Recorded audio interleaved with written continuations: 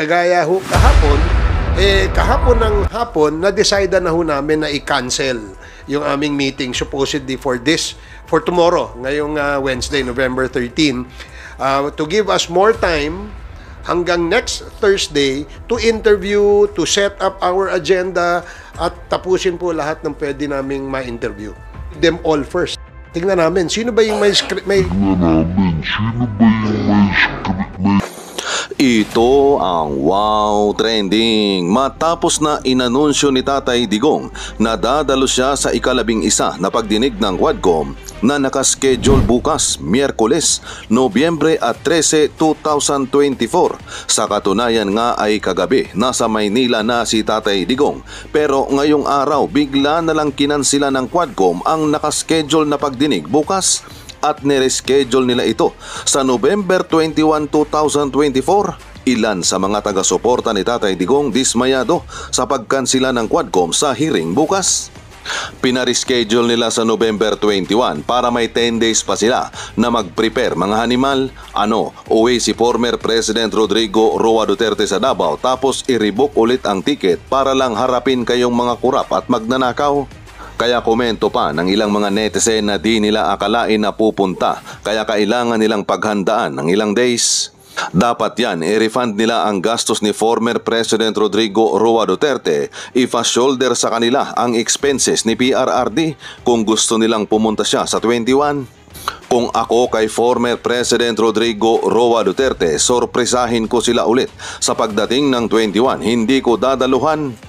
What a waste of taxpayers' money. They should exert as much effort in helping poverty casualties of the flood rather than wasting money holding these nonsensical hearings. They have to practice their script, so they need time, form of manipulation. Good morning po, sirs. On the Quadcom hearing, bakit po canceled yung pagdinig bukas, and when was the decision to cancel arrived at? Thank you for that question, Tina. The Quadcom chairs are already contemplating since last week to move the scheduled Wednesday Quadcom hearing, no, for several reasons. First reason, yung aming mga, if you recall, no, lagi namin sinasabi kapag may mga witnesses, we want them to execute affidavits. Number two, even if they have executed their affidavits, we will have to vet them, no. Meron pong legal team ina-assist ang Quadcom to interview yung aming mga because marami po ang gustong magsalita. Marami po ang gustong magbigay ng testimonya. Ang aming pong palagay, kailangan aralin namin, no? Kung sino ho yung aming iharap dun sa usapin ng EJK, dun sa usapin ng drugs, at syempre dun din sa usapin ng Pogo. Now, because of the several witnesses who wanted to give their testimony before the Quadcom, we decided that we should maybe interview them all first. Tingnan namin, sino ba yung yung mas credible doon? And it will take a lot of time, no, para sa amin. So we decided that before we set this meeting, again, no, kailangan kumpirmado na kung sino yung ating ihaharap. Sino yung mga witnesses na pwedeng magbigay ng kanilang salaysay na ika nga ay may credibility. Kasi gaya nung sinasabi ko sa inyo noon, marami yung gustong tumistigo. In fact, umabot pa kami sa punto na yung isang gustong tumistigo, pagkatapos siya magbigay ng kanyang affidavit, ay umabot kami sa punto na kailangan pa naming ipasuri siya sa psychiatrist, no? Ipasuri siya through a polygraph test sa Camp Crame, no? Para malaman namin kung ito ba'y nagsasabi ng totoo. Hindi ho madali, no, magpresenta ng witnesses. Kaya napag-usapan nga namin, kagaya ho kahapon ng hapon, na-decide na ho namin na i-cancel yung aming meeting supposedly for tomorrow, ngayong Wednesday, November 13, to give us more time hanggang next Thursday to interview, to set up our agenda, at tapusin po lahat ng pwede naming ma-interview. That is the reason why we had to cancel. Actually, 2 days ago, nag-decide na kami dyan eh. A week ago pa, pinag-uusapan na natin, Chairman. And then suddenly, kahapon parang last night, para nakakita tayo na attend na raw sila. And ang problem natin dyan, we have already notified yung mga resource persons, especially yung mga galing sa Cebu, yung mga victims. And at the same time, meron po kami binibet na galing sa Isabela and I think one also from the north. And suddenly, naka-receive tayo ng mga ganong pronouncement that he will be attending. But of course, hindi pa naman po yun official na galing po sa former president that he will be attending on tomorrow's hearing. Unless and until that we have received any copy from him, then most likely. But it's hard to na makapag-ano na po tayo tomorrow because yung pronouncement and the invitation to other resource persons were already been canceled. Dagdagan ko lang yung sinabi ni Kong Dan. No? Kahapon pa na-cancel na namin yung aming hearing. At 6:30 p.m., the Quadcom chairs have already informed the Secretariat to send out notices to all our members and to all our invited resource persons na hindi po hindi po natin matutuloy yung ating hearing ngayong Wednesday, no? At all these notices via email, via digital and Viber notices, pinadala na ho yan kahapon pa lang. And wala ho kaming wala ho kaming confirmation pa kung sino yung a-attend. Wala naman ho nagsabi sa amin na may a-attend na sa Wednesday because as early as yesterday, we have already sent out cancellation notices. Kaya wala namang nagulat lang kami ngayon na meron palang gustong umattend, no? Welcome naman po yan sa atin. Kaya lang, na-cancel na po natin. And just to let everybody know that we have already postponed it for November 21st, Thursday next week. So lahat po ng inimbitahan namin na kinancel namin, ay iimbitahan ho namin ulit. Nang sa ganoon, mahaba-haba ho yung inyong preparasyon, mahaba-haba inyong oras para maka-attend dito sa aming Quadcom hearing sa next week. Mr. Chairman, baka iniisip ko rin during the time that we have discussed that on Sunday, I think we finalized on Sunday. Baka may mga chairman na mole doon sa pag-uusap natin. Just kidding. Pero we already decided last Sunday pa po at pinormalize lang po namin yan kahapon, and that's the reason why we already have a meeting yesterday. Unfortunately, may mga gantong issue na darating daw po, and I think it's hard for us to really send invitation again to those who have been canceled resource persons. And kung wala naman talagang kung wala naman talagang direct statement ang ating former president na darating siya, tingin namin propaganda lang yung lumalabas ngayon sa internet, no, sa social media na darating siya. Kasi gusto rin naming dumating siya dahil pinagbantaan nga niya yung mga congressmen na sinasabi niya, sisipain daw niya, wala namang virtual kick. 'Di ba? So, mas maganda sana dumating siya dahil willing naman si Chairman Dan na magpasipa sa former president. Virtual kick. Tsaka napakahirap naman po kung na-cancel ng isang committee hearing.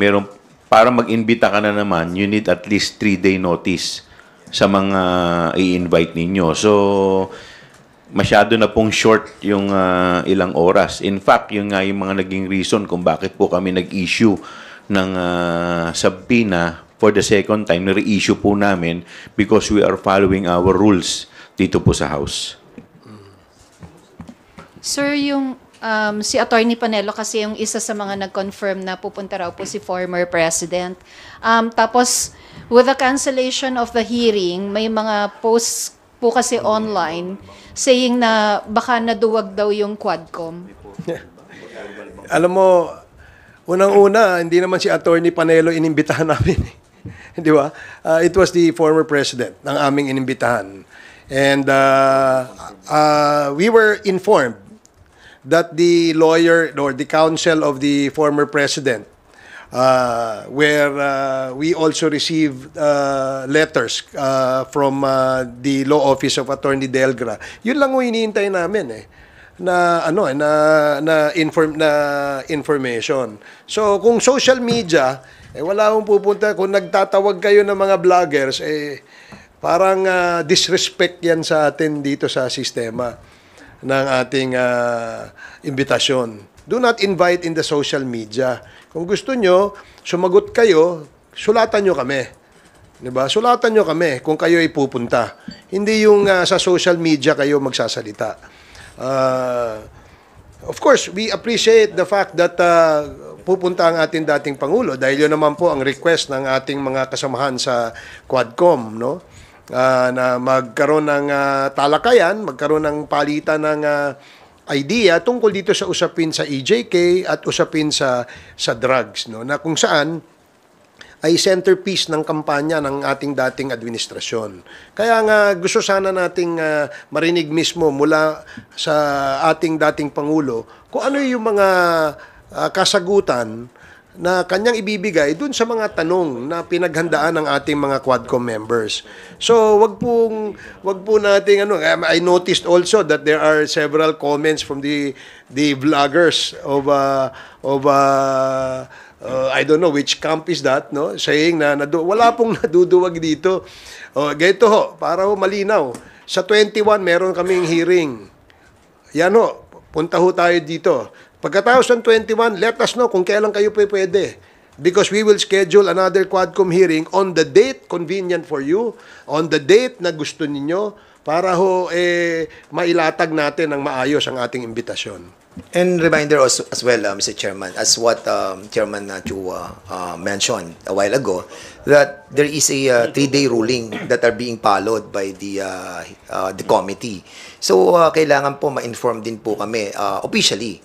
Wag po sana sa social media para at least lahat. Kasi pag social media, you can always deny it, di ba? Pwede kang hindi pumunta, tapos sasabihin, hindi naman formal yon. But of course, kapag ginawa po nating official ang lahat, then resibo po yan. So I hope that prior to November 21 hearing, somebody or the lawyer of the former president will write the committee for his attendance. Maraming salamat po. Sir, clarification lang. At this point in time, walang natatanggap na kahit written or digital communication from the camp of former President Duterte na dadalos sana dapat sila bukas? Wala po kami natatanggap hanggang sa ngayon. Ang nakikita lang namin yung mga vloggers. So, hindi ho namin pinakikinggan yung mga vloggers kasi wala naman nung sinabing tama yan kundi tirahin lang itong si Dan Fernandez kaya yun ho ang aming we wrote to them inviting them. Then we also gave them a notice of cancellation via email, via Viber text messages, and all other forms of communication. Yun lang ho ang iniintay namin. Kung meron hong letter sa amin, wala ho kami natatanggap. At dahil nga po, nung Monday pa, bago po sinabing pupunta si former President sa hearing, sinabi ho yun, na-cancel na namin Di ba? Na-cancel na ho. Bigla hong nasabing pupunta. Hindi naman ho ganun ang proseso. Di ba? Ang proseso, may imbitasyon kami at hinihintay namin yung reply. But even prior to the reply to our invitation, ay na-cancel na po namin. Kasi nga po, sa nabanggit kong rason kanina kung bakit po namin kinancel. Thank you, sirs. Thank you. Next questions from Marian Enriquez of TV5. Okay, Bibian Gulia from ABS-CBN. Actually, yung clarification ko yun lang din, sir. So, bali, 2 letters lang po yung na-receive ng Quadcom from the camp of the former president. The first one was yung before the November 1st and the second one was declining the invitation. Wala na pong ibang communication na na-receive po. Hindi, ganito po yan. Since the start of the Quadcom hearings, invitation has already been extended to the former president and the 2 senators, incumbent senators. But there was no reply. And then we had subsequent committee hearings of the Quad. There was no reply whether they will attend or not. Now, there was a press statement issued by the former president that he said wala siya natatanggap na invitation. That's why we had to send again another invitation for our October 22 committee Quadcom hearing At the following day, we already received a letter coming from his lawyer, si Atty. Delgra, saying that he needs to rest, the former president needs to rest, he has a lot of engagements, has been tired, and because we understood that the former president is already old, and we would like to give him the time to rest, so we accepted the cancellation. Then we sent again another letter, supposedly for the October, October 28th. November 7 hearing. Then we received again another letter. Sinasabi na hindi siya pupunta because walang integridad ang Quadcom at na-prejudge na siya ni Congressman Dan Fernandez tsaka ni Kong Benny Abante. At saka mahaba pa yung rason. So we accepted again the refusal to attend. Now we're supposed to have a November 13 hearing, but we decided to cancel it yesterday. Ngayon sasabihin na pupunta. Ano ba talaga, kuya? Di ba? So ito formally sent po yung letter, an invitation. Of course, we appreciate the fact that the former president is now interested to attend, no? Malaki pong yan, dahil malaki pong maitutulong niyan sa Quadcom. Talagang, in other words, no, talagang propaganda lang, no, yung ginagawa nila, lalong-lalo na yung sinasabi nilang pag-attend sa committee hearing ng Quadcom, no. Talagang nabubudol-budol nga, no, yung ating mga mamamayan regarding sa kung ano yung kanilang mga sinasabing statement. Thank you. Before we continue our press conference, I'd like to acknowledge the arrival of House Committee on Human Rights Chairman, Manila Representative Bienvenido Benny Abante Jr. Thank you for joining us, sir. Okay, Bibian, are you okay? May I call on Lenesca Panti from GMA News Online? Good morning po. Sir, yung kay former President Duterte also, he said that he had nothing more to say, to add, given his testimony in the Senate, the drug war probe. And he also said na wala na daw siyang pera para pamasahe. Papamasahihan niyo daw ba siya? That's how he said it, na wala na daw siyang pera pamasahe. So how do you respond to this na he has nothing to add more to what he said in the Senate? So do you agree with that? And yung second na wala daw siyang pamasahe papunta dito? Well, in fact, that was stated in the letter of Attorney Delgra. No? Sabi niya, he has nothing more to add, no? Dun sa Quadcom. Sinabi na daw niya lahat ng gusto niyang sabihin sa ano. And of course, we took note of that. No? Pero nga, mas maganda nga sana na sa kagustuhan ng mga mayorya ng membro ng Quadcom na makaharap at matanong direkta ang ating Pangulo, dating Pangulo. So, I think if the President would welcome that, we will appreciate, no? Kapag siya nag-attend. Yun nga lang po, nagkaroon lamang po ng cancellation ngayong Wednesday because of the reasons I stated earlier at hindi dahil sa sinasabi ng mga vlogger. Wala hong hindi ho namin pinakikinggan yan. Nababasa-basa lang po natin yan. Kung sa mga pamasahe naman, nag-usap-usap ang mga chairman. Ang pinakamalaking ambag ay si Congressman Dan at gusto lamang malaman kung ilan sila, no, so that we can also accommodate at ma-arrange din po yung mga accommodation. And at the same time, siguro, we have to make it formal, no? I-formalize natin lahat. Kasi nga, pag yung sa social media tayo nagsagutan, I think it will not be proper, no? At maliligaw po tayo. Especially yan, nagpo-pronounce sila that they will be attending. And it's not even coming from the president, di ba? So, we are governed by the rule of law and we are governed by the rules of the committee. And I hope that kung talagang a-attend po ang presidente, now is the right time to notify the committee, especially November 21 pa naman yan, malayo pa, Thursday pa. So we have all the time, no, para i-prepare. Ang problem talaga, alam nyo, mahirap din naman po yung bukas maghihiring na po kami. Di somebody will accuse us that we are, kumbaga, binibreak namin yung own rules namin of the 3-day notice. Kaya, sana po, no, ibalik na po natin yung tamang proseso para nang sa ganon, we will be guided accordingly. Chairman Abante. Just ano lang, sir, to add, yung sinabi niyang wala siyang pamasahe, it was a press conference. It was not a social, hindi siya galing sa vlogger. He had a press conference and he said na yun nga, wala daw siyang pamasahe. Well, nasagot na po ni Chairman Ace Barberson tungkol dito. So, we're willing to chip in kung talagang kinakailangan. No? If really the President wants to come. Hindi namin siya pipilitin, no, according to his condition, a health condition o mental condition.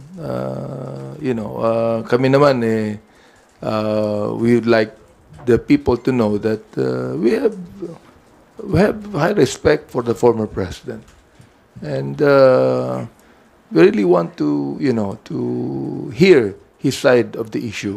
Kahit na po marami siyang nasabi sa Senado, it's up to him actually. It's up to him. Hindi naman niya sinabi personally na pupunta siya. It was actually his lawyers who said it. So, it's up to him. If you'd like to come, very much welcome po siya. Just like to add lang po on the first point, kasi po our only basis is yung letter ni Attorney Delgra. I don't know yet the sentiments of the former president. But when the committee invites resource persons, it's not only for them to have any unilateral pronouncements, but we also have questions. So pag sinasabi po nila they have nothing more to say, I think kami po sa committee ay marami pong katanungan. So we hope that they do reconsider. When he appeared before the Senate and he made those pronouncements, I think it left more questions than answers. So on the topic lang po, no, na sinasabi na they have nothing more to say, I hope that they could reconsider, take the invitation, and then answer the questions of our members. Yun lang po. Thank you, Lenesca. Gab Lalu from Inquirer Online. Please proceed with your questions. Sir, just a quick follow-up. Kasi na-mention po yung advanced age ni former President Duterte. Pero if I recall, in one of the hearings before the Quad Committee was formed, parang pumunta po si former Senate President Juan Ponce Enrile, di ba? To explain dun sa CESA. May ganun din po. Parang kumbaga kung nakapunta po si former Senate President Enrile, bakit hindi makakapunta si... Well, actually, yung sa Committee on Public Order and Safety, when we started the investigation on the POGO, it was initially referred to my committee, and we invited the former Senate President, si Juan Ponce Enrile, and with all due respect with him, talagang siya po ang inuna namin because of his old age. And lahat na po ng mga questions that wanted to be asked about dun sa I think executive order number I forgot, 53 ata o 54 about sa POGO ay tinanong na po kay former Senate President, and after which ay pinayagan na po namin na makauwi po si Juan Ponce Enrile, and we hope that sana ganun nga din po ang gawin, no, kasi naman lahat naman po ng members dito, no, we just have to establish lang po dun sa hearing that kailangan po talagang ano po natin yung proper decorum, no, at sana walang uttering of bad words, no, para at least yung respect, bigat sa di ba, respect din at siguro kung gano'n ang magiging tema ng ating pong hearing on November 21, magiging maayos din po katulad nung kay Senate Juan Ponce Enrile. And we hope that we will have a proper and dignified hearing on November 21 with the presence of the former President. Para lang malinaw, yung aming decision to cancel the hearing ay kahapon po yon, Lunes, no? Lunes dahil po ang susunod na hearing ay sa Miyerkules. Pero last week pa ho napapag-usapan namin yon dahil nga tuloy-tuloy yung aming vetting sa aming mga witnesses. So we decided na mukhang kukulangin tayo sa oras at sa araw para matapos natin yung interview namin dun sa mga gustong magtestigo. So we decided yesterday ng hapon na i-cancel na ito. And immediately, the Secretariat sent notices to all the resource persons, to all the invited guests, and ati pong mga members. No? Wala hong confirmation na may pupunta si dating Pangulong Duterte. Wala hong ganong information. In fact, nalaman lamang namin na pupunta siya, no, dahil nga marami daw kumakalat sa social media. But we already canceled. We sent out notices of cancellation kahapon pa ho.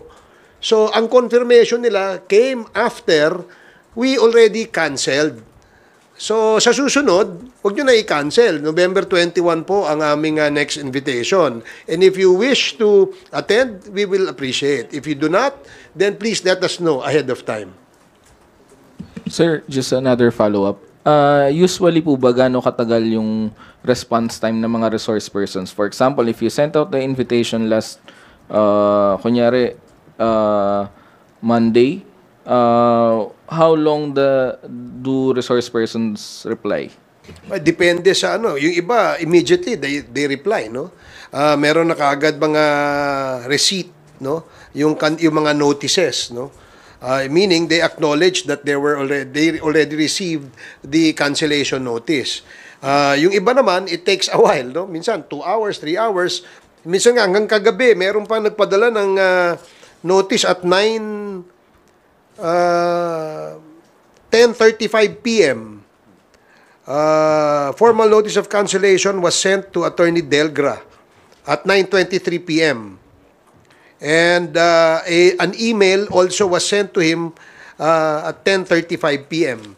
So, sumagot lang siya this morning at 7:14 a.m. this morning.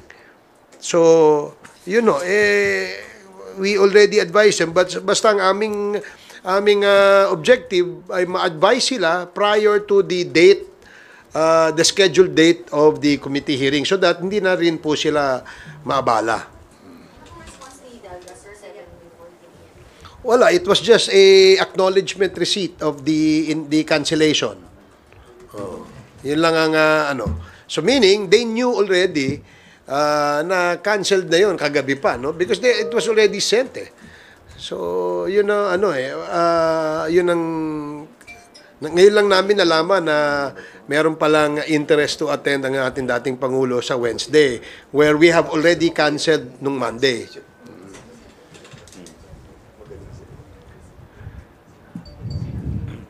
Okay ka na, Gab? Thank you. Are there any other related questions on Quadcom? Hindi po ba masyadong late yung Monday night na finals or Monday afternoon na finalize tapos Tuesday, Wednesday po morning yung mismong hearing?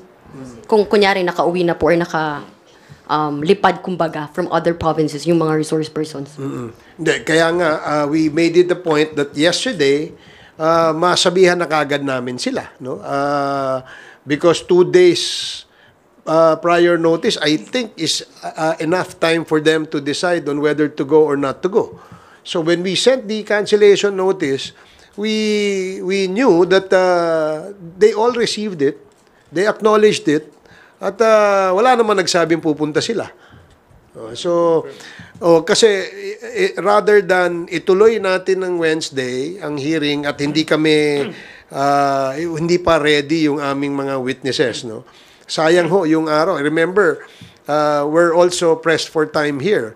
Gusto namin that when we present witnesses, we discuss issues. Kailangan hindi na po magtagal. Gusto namin matapos agad. Nang sa ganun, makagawa na ho kami ng aming committee report. Sir, clarify lang. So, kung may nag-respond po sa inyo yesterday afternoon na nung sinabi niyo yung notice na i-cancel po, and may nagsabi na may a-attend, particularly Digong, itutuloy niyo po ba? Ay, hindi na. Cancel na namin eh. So, we're not going to adjust our schedule, our scheduled hearing for somebody, no? Yung amin ay we wanted to make sure na ang tatalakayin ng Quadcom dahil marami po tayong mga kababayan na nanonood ay hindi po sila they will not feel shortchanged. I don't know how to say that, but hindi po sila magkakaroon ng pakiramdam na parang nabudol sila. Wala akong pambubudol sa Quadcom. Dahil yung amin po, para mailabas yung katotohanan, kailangan pulido ang aming mga testimonya ng aming mga witnesses. Thank you. Your question is still related to Quadcom? Okay, go ahead. Sir, so ngayon po kung fact of the matter is that nakakapagtaka para sa inyo na after ng ilan na imbitasyon sa dating Pangulo na handang tanggapin siya ng komite, ngayon kung kailan malino na kanselado sa panig nila, ngayon sila biglang maglalabas ng ugong na aattend sila, sir? Yun, nagulat kami, no? The fact that we only found out from the social media na meron palang a-attend at nag-confirm ang ating dating, although hindi po ito galing sa dating Pangulo. Ito po'y galing sa mga vloggers. I don't know, sino ba papaniwalaan? Ang alam ko, as far as the records of the Quad Committee is concerned, the counsel, the lawyer representing the former president is Attorney Delgra. In fact, naging issue pa nga yan eh. Di ba? Meron bang engagement, meron bang letter, etc., etc. So, we only listen, no? Dun sa formally has entered their appearance before the Quadcom or those that are representing our resource persons and has informed the committee, although has not physically entered this appearance yet, no? Kagaya nga yung kay Attorney Delgra, yun ang iniintay namin. But marami pa hong hearing ito, and we will expect that the former president will still attend, no? Kasi po ito yung request ng ating mga kasamahan sa Quadcom. So hindi ito yung una't huli.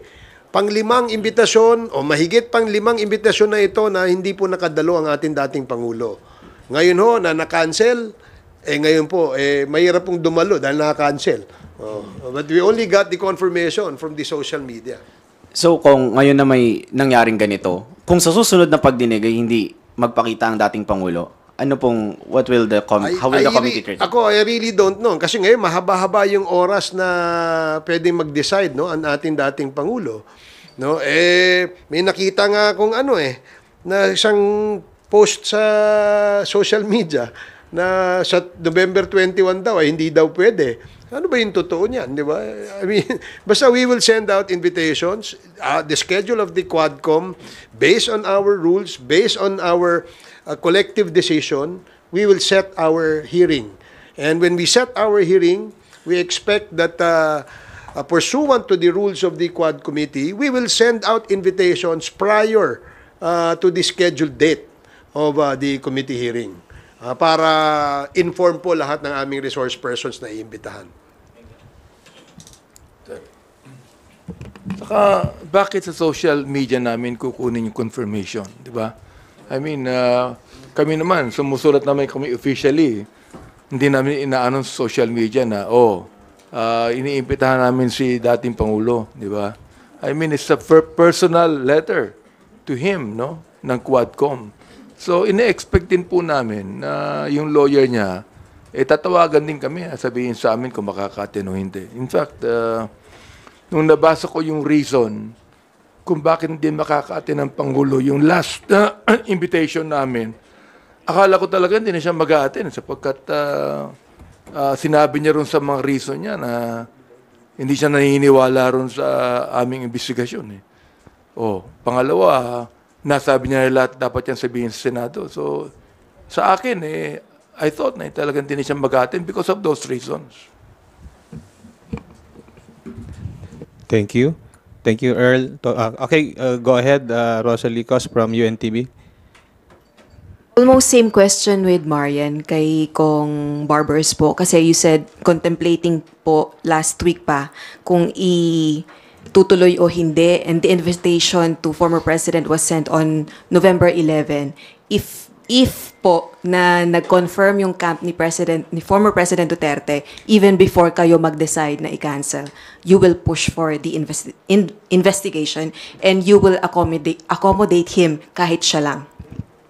Kung itutuloy namin, No, yung hearing hindi naman para lang kay former president eh. But yung pong fact na nagbigay sila ng communication that he will attend even before mag-cancel po kayo. Well, kapag may confirmation ng ganyan, we will have to make do with the witnesses that we have already interviewed. Eh kaso wala naman kami nakuha ang confirmation eh. So we will not, that's why we decided yesterday that we had to cancel it. Kasi kung na-inform kami, maaaring natuloy namin yun. Di baling iilan lang yung aming witnesses para hindi ho tayo umabot ng madaling araw. Kasi I'm sure abutin na naman ng 2:00 na madaling araw kung sakasakali. Actually, in addition to that, Chairman Ace and I were talking over the phone kanina, and I told him, pwede nating ituloy na si former president lang yung ating guest, no, resource person. But unfortunately, na-inform na yung mga resource person, like for example, yung mga victims na luluwas na naman dito. Siyempre, yung pamasahe nila, tapos yung accommodation as well. So, kanina, hindi pa naman final yung pag-uusap namin. But of course, after a while, na-confirm ko na hindi na rin natin talaga itutuloy because of the katulad ng sinabi ni Chairman Chua, meron din kasi talagang rules na nag-govern sa atin eh. And we will be breaking our own rules at hindi magandang tignan yun. At kaya nga we decided na rin talaga na wag na ituloy. Kasi nga, ang premise din natin, ako ang premise ko rin naman, they will galvanize the situation that tayo yung umaatras doon sa pagdating niya. But as I've said, meron tayong sinusunod na rules dito, kaya dapat yun po yung sundin natin. At I hope that, ayan na naman, gano'n na naman eh. November 21, meron pa naman November 28, meron pa naman December. So I think we still have a lot of elbow room, no, para pag-usapan at yung i-formalize yung pagdating niya. Wag po tayong biglain, no? At kasi nga hindi naman po isang tao lang nag-iisip dito eh. We have so many members and we have so many chairmen and we have to decide collectively. Tingin niyo po ba sinadya na kung kailan po kayo nag-decide na cancel na tsaka kung sila nag-express na po? Ako, sa tingin ko, sinadya yun. Kasi Sunday pa lang pinag-uusapan na to eh. Kaya nga yun yung ano nila, yung style eh, di ba? And to make it appear na tayo yung umaatras di sa ganitong klase ng invitation. Whereas we've been inviting him for so many hearings already. If I'm not mistaken, doon pa lang sa committee ng EJK, ng human rights, months ago pa yan, in-invite na po ni Chairman Abante. And they declined. And now, nag-hearing na po tayo, na-convene na yung Quadcom, we continually inviting the former president. Pero still, hindi pa rin po siya uma-attend. And now na nagkaroon po ng ganitong decision ng Quadcom to cancel it, then suddenly, saka sila appear. Magmumukha naman po kaming we're not following our own rules. Pangit po sa ating pong mga members. Dagdagan ko lang, no? Wala kasi namang formal confirmation na pupunta ang ating dating Pangulo. Sabi ko nga kanina, ito ay galing lamang doon sa mga vloggers, no? Na walang ginagawa kundi tirahin si Dan Fernandez. So, again, no? Yung pong next hearing namin November 21, yung gustong magpaimbita, magsabi na ho kayo para mapadala namin kayo ng invitation. No? You can send us through the email. May I get the email number, Comsec? So I can, those who wants to be invited, marami ho mukhang marami nagsasalita sa social media gusto nyo maimbita, pipilitin ho namin na ma-accommodate kayo, no? Hindi ho namin mapapangako, pero yung mga, syempre yung mga hindi po namin ma-accommodate, pwede naman din po kayo pumunta, pero doon ho kayo sa reserved seat intended for guests. Pero as resource persons, meron hong reserved seat yan para sa aming resource persons. So kung gusto nyo maimbita, padala nyo ho kami ng sulat.